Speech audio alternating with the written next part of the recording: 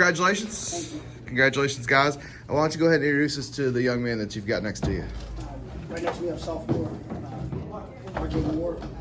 We have senior captain Andre Jackson Jr. And senior captain Malachi McCutcheon. Coach, why don't you start us off with your thoughts about the way your guys played today? We played, one of the words we used the last couple weeks in the playoffs is poise. I thought we played with a lot of poise today. We were down at the half. We had some challenges. We missed a couple things that we had worked on, but kind of in our practices, we're kind of Michigan State-like. We talk by yelling at each other. So we had probably 4 or 5 times on the sideline where we were yelling at each other, but it was constructive. And we were able to get ourselves back together. So just proud of these guys. Really proud. Coach, yeah, it had to feel pretty good that you guys had the ball last in a game like that, right? Those are so back and forth. Again, kind of going to that Michigan State logic with the 1:06.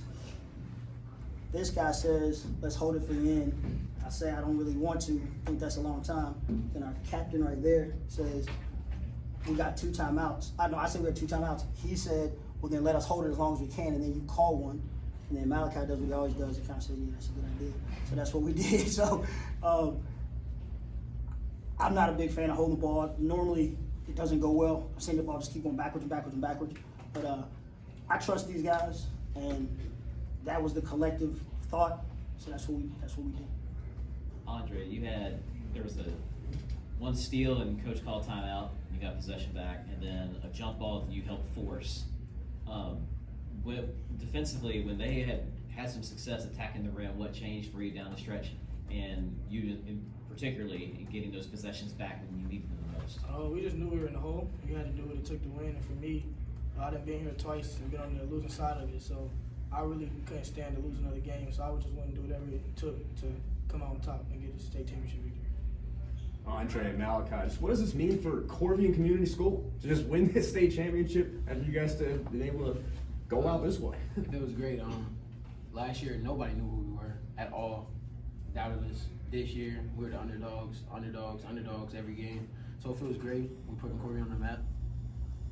It feels excellent. I mean, I've been with the same group of guys since my freshman year. This cat, we used to go to his middle school games, and who was this little light-skinned kid? I think he KD. But it feels great, just establishing a program and being a starter something special. I know a lot of people got their doubts and try to kind of take away credit from what we do, but they don't really see the hard work and stuff we put in on the inside. So it's a great feeling. Coach, RJ starts off the game 3 of 3 from 3. I think he hit his first 4, but no shots in the second quarter. What did they do defensively that kind of helped? It kind of took away, messed up the ball movement maybe and getting to them. They took them away, and we're used to that. Most teams try to do that. They took them away, but then the rest of us got a little stagnant. So then it makes it easier to take them away. It's actually one of the things we talked about at halftime. Just not rushing, kind of going back to poise. Like, it's okay to pass up a shot here or there. We talked about how they were making us guard them for 30 or 40 seconds, and they were guarding us for about 10, 12. And so when we're not moving, it's easier to face guard him, keep the ball away from him. So we try to practice it. We try to do it. You get here sometimes. The other team practices too, right? So they had a good quarter. Why don't you go ahead and introduce us to the young men you've got with you here? To my far left, sophomore Kobe Platter, C. Young Sermons, Brian Epperson. And if you would just start us off with your thoughts about the fight your guys showed today and your thoughts on the year.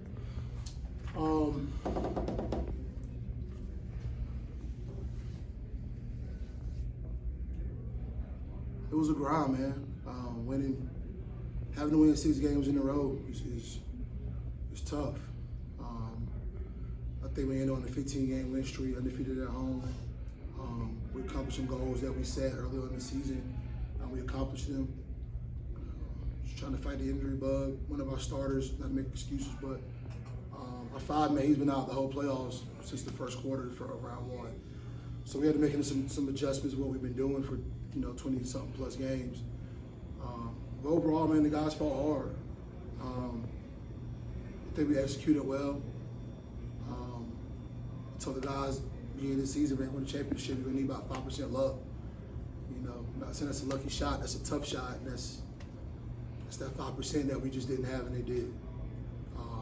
Heck of a team, obviously. They're back here for the second year for a reason. Yeah, that's how the ball rolls, man.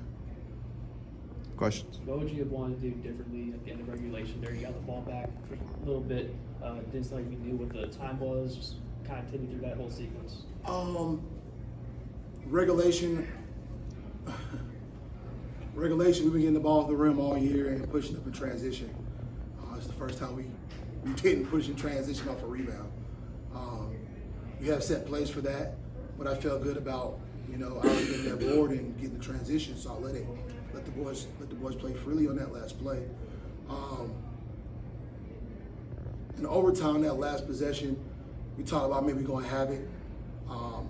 So RJ doesn't get that shot off because that's his shot, middle of the floor, ISO ball. Maybe send him somewhere in the corner for catch and shoot, something different that he hasn't done. But we voted to stay man to man. I think Jeremiah Henson played, amazing defense. I don't even know if RJ saw the rim or not, but we can't get any better than that defensively without fouling somebody. So just gotta live with it. Coach, second quarter, you guys kind of build that lead for the first time. Was that a 2-1-2 zone or whatever it was? It messed up their ball movement. RJ didn't even get a shot off in the second quarter.